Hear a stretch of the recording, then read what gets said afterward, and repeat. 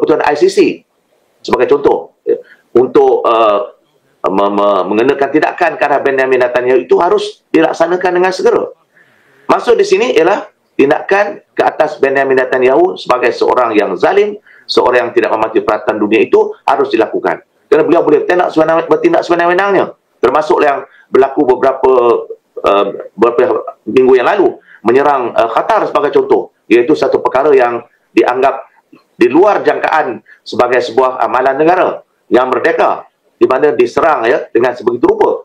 Oleh itu dalam konteks pada hari ini, dunia harus mengenakan tekanan yang lebih keras, lebih tegas terhadap kepimpinan Israel pada hari ini yang tidak mahukan perdamaian, tetapi mahukan peperangan, meneruskan kezaliman. Dan tetapi seperti saya tegaskan tadi bahawa masyarakat dunia sudah menyedari bahawa ini sesuatu yang tidak sepatutnya berlaku dalam dunia yang semakin maju, semakin moden dan semakin prihatin antara satu sama lain.